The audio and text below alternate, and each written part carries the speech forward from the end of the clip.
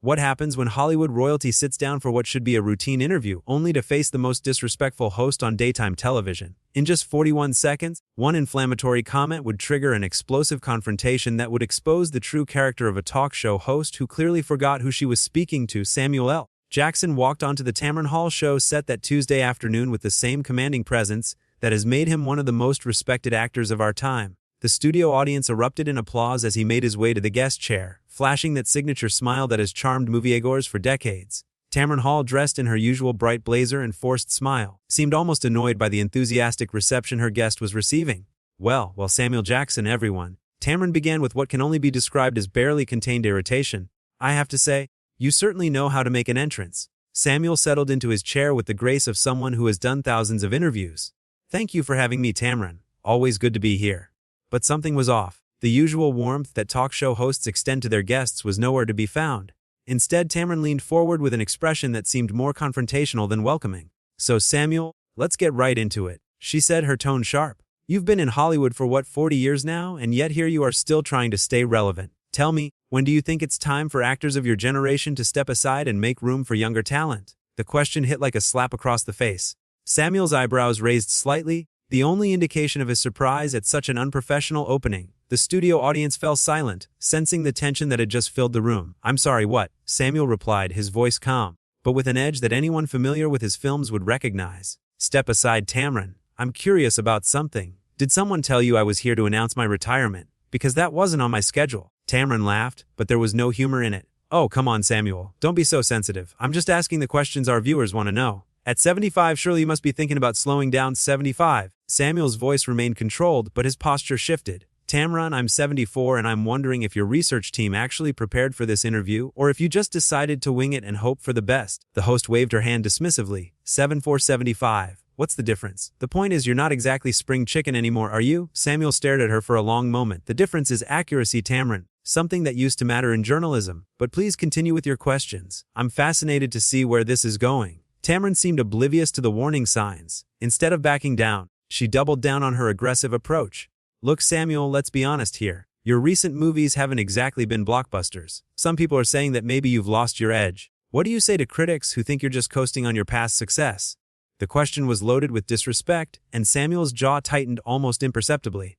Which critics are those, Tamron? I'd love to know their names so I can send them tickets to my next premiere. Oh, industry insiders, people in the know, she replied vaguely, clearly making it up as she went along. Industry insiders, Samuel repeated slowly. Interesting, because just last week, I wrapped filming on a project that 3 different studios were fighting to produce. But maybe your industry insiders know something I don't. Tamron's smile became even more forced. Well, maybe they're just being polite. You know how Hollywood works. Sometimes they give older actors projects out of nostalgia rather than talent. The insult hung in the air like a toxic cloud. Samuel's hands, which had been resting casually on the arm of his chair, now gripped it slightly. Nostalgia, he said quietly. Is that what you think my career is based on? I'm just saying what some people think, Tamron replied with a shrug that seemed calculated to infuriate.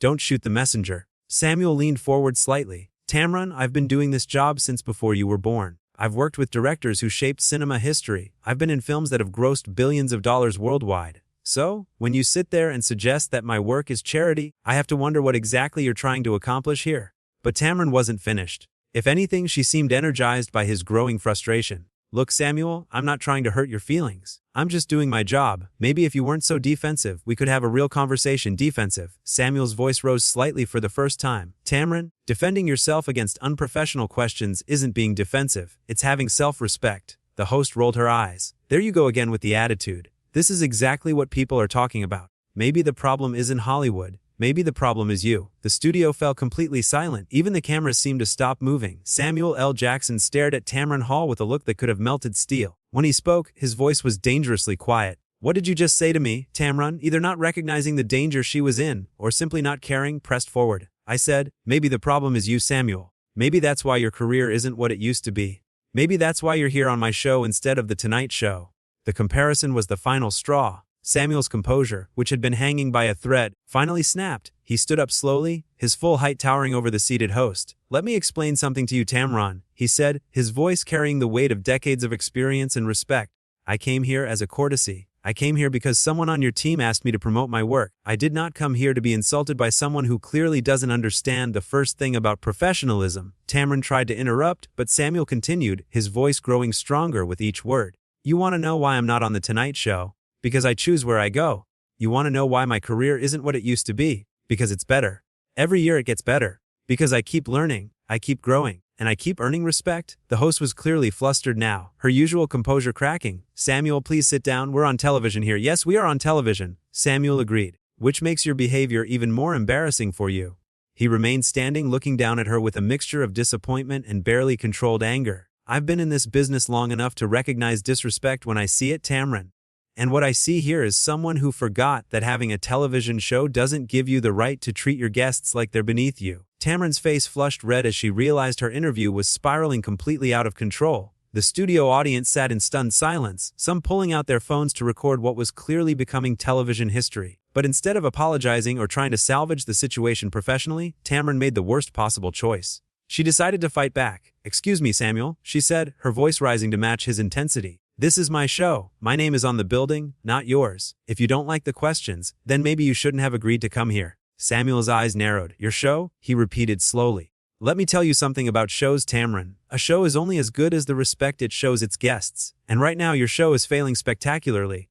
Tamron stood up as well, clearly trying to match his presence, though she fell far short. I don't need lecture from someone who's clearly past his prime about how to run my show.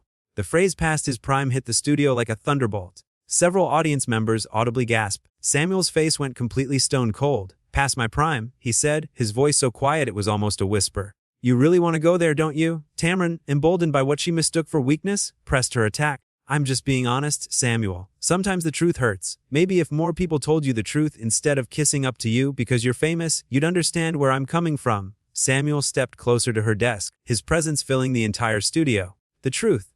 You want to talk about truth? Here's some truth for you, Tamron. I've been making movies since you were learning to tie your shoes. I've worked with Quentin Tarantino, Spike Lee, George Lucas. I've been nominated for Academy Awards. I've got a star on the Hollywood Walk of Fame. So when you sit there and tell me I'm past my prime, what exactly are you basing that on? Tamron waved her hand dismissively again, a gesture that was becoming more irritating each time she used it. Awards don't mean everything, Samuel. Box office numbers don't lie. When's the last time you had a real hit? A real hit? Samuel's voice was incredulous. Tamron, do you even watch movies, or do you just read headlines and think you understand the film industry? The host crossed her arms defensively. I know enough to know that your last few movies went straight to streaming. That's not exactly a sign of success. Samuel laughed, but there was no humor in it. Streaming? You mean the platform that reaches hundreds of millions of people worldwide? The same streaming services that are revolutionizing how content is consumed. Tamron, you're talking about the future of entertainment like it's some kind of failure.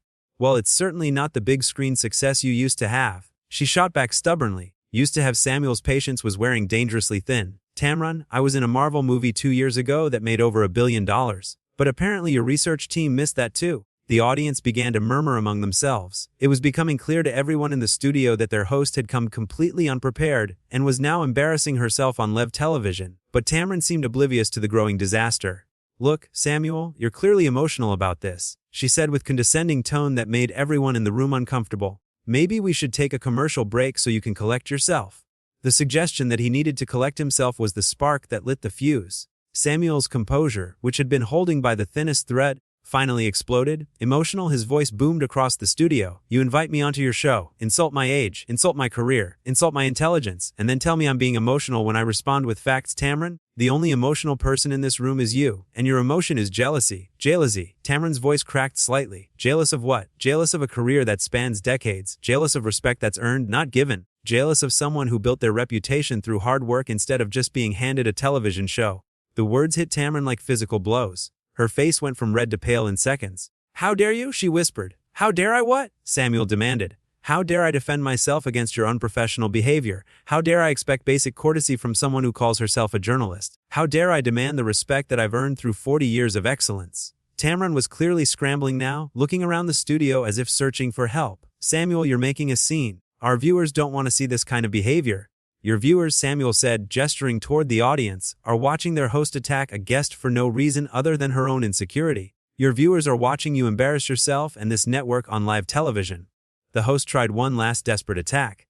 Well, maybe if you weren't so arrogant, people wouldn't have problems with you. It was the wrong thing to say. Samuel stepped even closer to her desk, his full presence bearing down on her. Arrogant Tamron. Confidence earned through decades of success isn't arrogance. Arrogance is thinking you can insult someone who's achieved more in 1 year than you have in your entire career.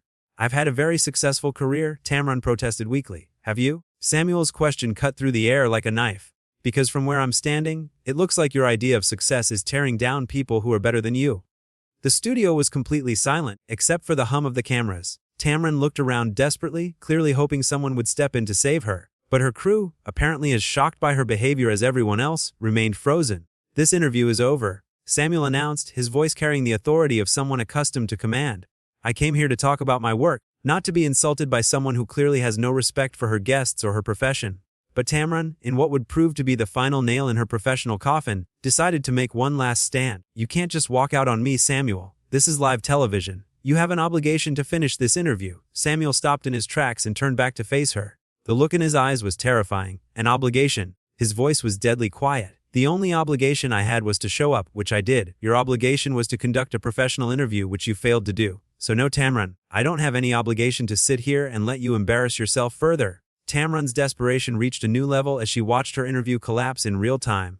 Instead of accepting defeat gracefully, she made the catastrophic decision to try one final power play that would seal her fate forever. Fine, Samuel, she said, her voice shaking with barely controlled rage. If you want to act like a diva and storm off my set, that's your choice. But don't expect anyone in this industry to take you seriously after this tantrum. The threat hung in the air like poison gas. Samuel, who had been moving toward the exit, stopped dead in his tracks. When he turned around, his expression was something that would haunt Tamron Hall for the rest of her career. A tantrum, he repeated, his voice so low it was almost inaudible. You think this is a tantrum? The entire studio held its breath. Even the camera operator seemed afraid to move. Samuel walked back toward the desk with the slow, deliberate pace of a man who had reached his absolute limit. Let me tell you what a tantrum looks like, Tamron, he said, each word precisely articulated. A tantrum is what you've been throwing for the last 20 minutes because you realized you were completely unprepared for this interview. Tamron tried to interrupt, but Samuel's voice rose to cut her off completely. A tantrum is attacking your guest because you're insecure about your own abilities. A tantrum is threatening someone's career because they won't sit quietly while you disrespect them.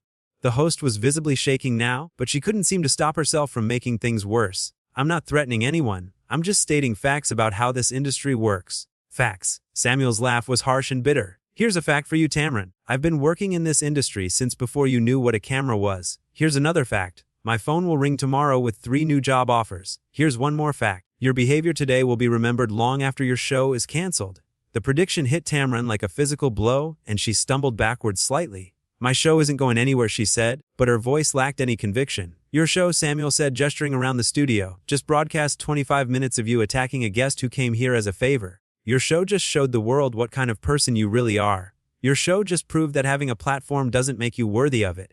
Tamron's face was now completely drained of color. She looked around frantically at her crew, but they were all staring at Samuel with a mixture of fear and admiration. No one was coming to her rescue. I was doing my job, she whispered, her earlier bravado completely gone. Your job, Samuel said, moving closer to her desk, is to make your guests feel welcome. Your job is to ask thoughtful questions that inform your audience. Your job is to conduct yourself with professionalism and dignity. You failed at every single aspect of your job today. The host tried one last desperate plea. Samuel, please, can we just start over? I think there was a misunderstanding. The word misunderstanding seemed to break something inside Samuel. His voice, when he spoke again, carried the full weight of his decades in the entertainment industry. A misunderstanding, he said incredulously. Tamron, there was no misunderstanding. You understood exactly what you were doing when you called me past my prime.